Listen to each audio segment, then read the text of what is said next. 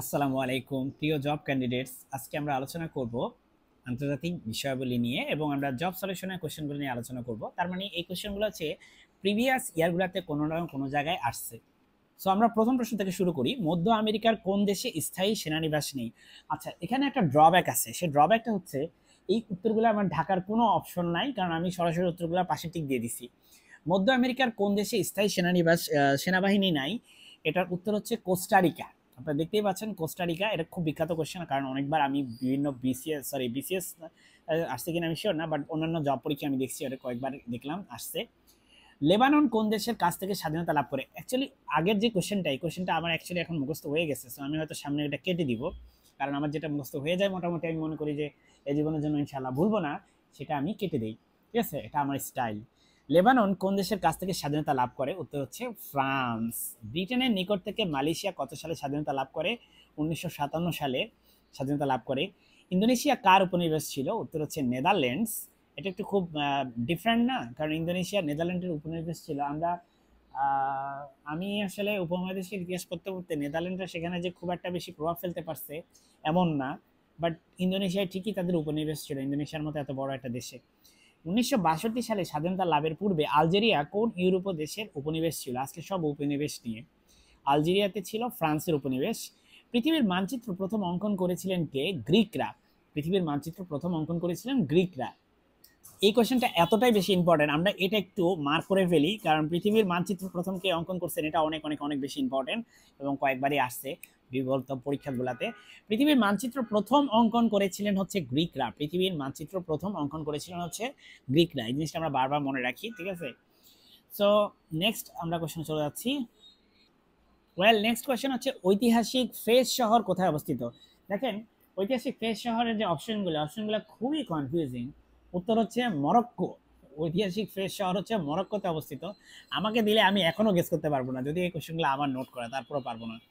স্বাধীন ফিলিস্তিন রাষ্ট্রকে সর্বপ্রথম কোন দেশ স্বীকৃতি দান করে?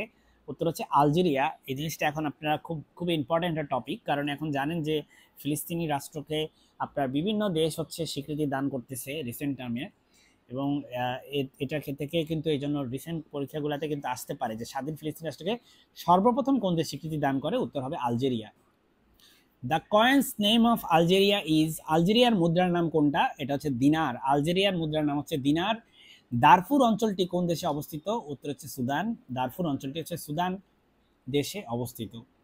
ভূমধ্য সাগরীয় দেশ কোনটি? আপনারা জানেন যে ভূমধ্য সাগরের তীরবর্তী যথাসম্ভব as far age I remember 32 না জানি 22টা দেশ টোটাল ভূমধ্য সাগরের তীরবর্তী দেশ। তার মধ্যে ইরান, ওমান, সুদান, এগুলো যদি একটু ম্যাপ না দেখেন তাহলে আসলে পারবেন না। এটা আমি দেখেই পারতেছি আলজেরিয়া। তারপরে আমি কেন দিয়ে রাখছি, কারণ আমি আসলে সুদানের সাথে একটু কনফিউজ হয়ে গেছিলাম ওই সময়, কিন্তু আসলে সুদানের সাথে কনফিউশনের কোনো দরকারই ছিল না, কারণ আসলে মিশরের সাথে কানেকশন আছে ভূমধ্য সাগরের, সুদানের সাথে নাই। সুদানের রাজধানী কোনটা? উত্তর হচ্ছে খার্তুম। খার্তুম হচ্ছে সুদানের রাজধানী। শুনলেই মনে হয় যেন কোনো একটা মানে রুটি টুটি বা এরকম কোনো একটা, আই ডোন্ট নো, আমার আসলে কেমন যেন একটু ইন্টারেস্টিং লাগে খার্তুম শুনলে। তাহারির স্কোয়ার কোথায় অবস্থিত? কায়রো। এই জিনিসটা খুব ইম্পর্টেন্ট, অনেকবার আসছে। তাহারির স্কোয়ার হচ্ছে কায়রোতে অবস্থিত, তাহারির স্কোয়ার। নেক্সট হচ্ছে আল নাহদা। আল নাহদা স্কোয়ার হচ্ছে কোথায় অবস্থিত? এটা হচ্ছে মিশরে অবস্থিত।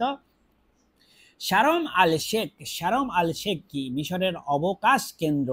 এটা হচ্ছে শারম আল শেখ। নেক্সট কোয়েশ্চেন হচ্ছে কোনটি ডি8 ভুক্ত দেশ নয়? ডি8 ভুক্ত দেশ, এই ডি8 ভুক্ত দেশগুলোর মধ্যে নাইজেরিয়া, মালয়েশিয়া, তুরস্ক আছে, কিন্তু ভারত কিন্তু ডি8 ভুক্ত দেশ না। খুব বিখ্যাত একটা কোয়েশ্চেন। দেখেন আমি একটু লিখছি, দ্য ডি8 অর্গানাইজেশন ফর ইকোনমিক কোঅপারেশন, এগুলোর হেডকোয়ার্টার হচ্ছে কোথায়? দেখেন ইস্তাম্বুল, টার্কিতে। Also known as developing eight, is an organisation for development cooperation among the following countries: Bangladesh, Egypt, Nigeria, Indonesia, Iran, Malaysia, Pakistan. এটা যদি খেয়াল করে, বাংলাদেশ একটা মুসলিম দেশ, ইজিপ্ট একটা মুসলিম দেশ, নাইজেরিয়া একটা মুসলিম দেশ, ইন্দোনেশিয়া একটা মুসলিম দেশ, Iran, Malaysia, Pakistan and turkey, এগুলো সবগুলো হচ্ছে মুসলিম দেশ।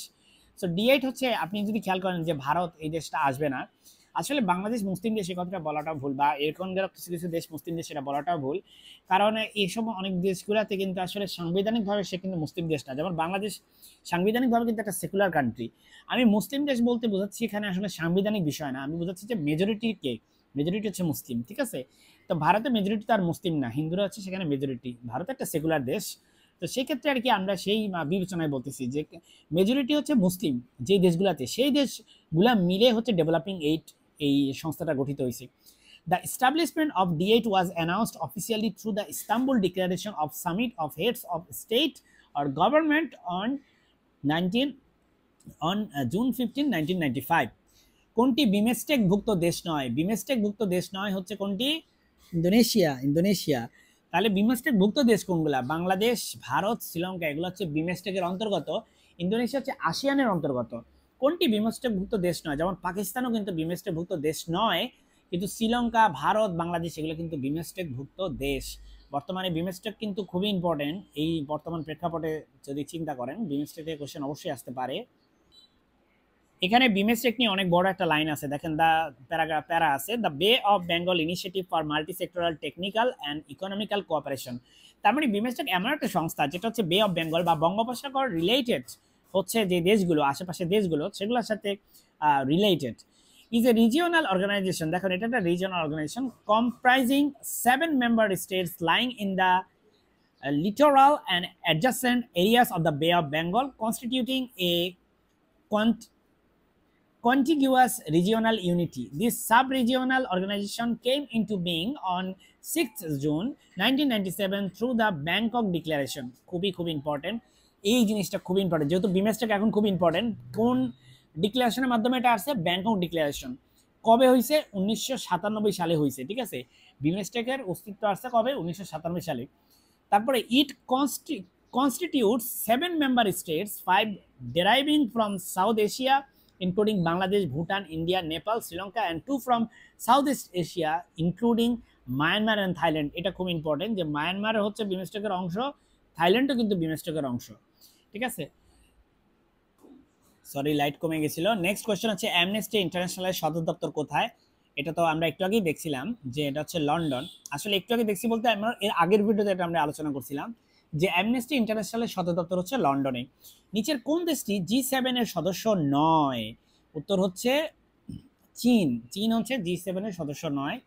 নিচের কোন দেশটি G7 এর সদস্য নয়? রাশিয়া হচ্ছে G7 এর সদস্য নয়। এখন খেয়াল করেন G7 নিয়ে আমাদের একটা প্যারাগ্রাফ আছে। The Group of Seven or G7 is an international intergovernmental economical organization consisting of 7 largest IMF described advanced economies in the world. তার মানে G7 হচ্ছে অ্যাডভান্স দেশদের, যারা অ্যাডভান্স দেশ তাদের নিয়ে হচ্ছে গঠিত একটা সংস্থা। এখানে কি বলা হচ্ছে? Canada, France, Germany, Italy, Japan, the United kingdom and the United states এরা হচ্ছে বিমস্টেকের সদস্য। লিগ অফ নেশনস প্রতিষ্ঠা হয় কবে? এটা খুবই সহজ, 1920 সালে।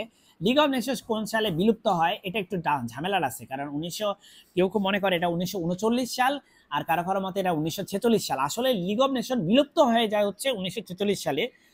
আর ওজন স্তরে, কারণ কিন্তু ওয়ার্ল্ড ওয়ার II হচ্ছে শুরু হয় 1939 সালে, আর 1939 সালের মধ্য দিয়ে লিগ অফ নেশনের মোটামুটি কার্যক্রম বন্ধ হয়ে যায়।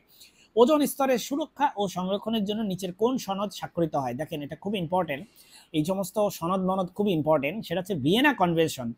ভিয়েনা কনভেনশন হচ্ছে ওজন স্তরের সুরক্ষা ও সংরক্ষণের জন্য স্বাক্ষরিত হয়। Vienna convention for the protection of the ওজন লেয়ার হলো জাতিসংঘের ওজন স্তরের সুরক্ষা ও সংরক্ষণ বিষয়ক চুক্তি, যা 1985 সালের 22শে মার্চ অস্ট্রিয়ার ভিয়েনায় গৃহীত হয় এবং 1988 সালের 22শে সেপ্টেম্বর কার্যকর হয়। গৃহীত কার্যকর খুব ইম্পর্টেন্ট, 1985 সালে গৃহীত হয় আর 1988 সালে হচ্ছে কার্যকর হয়। আশা করি বোঝাতে পারলাম। আমার জন্য দোয়া করবেন। আসসালামু আলাইকুম।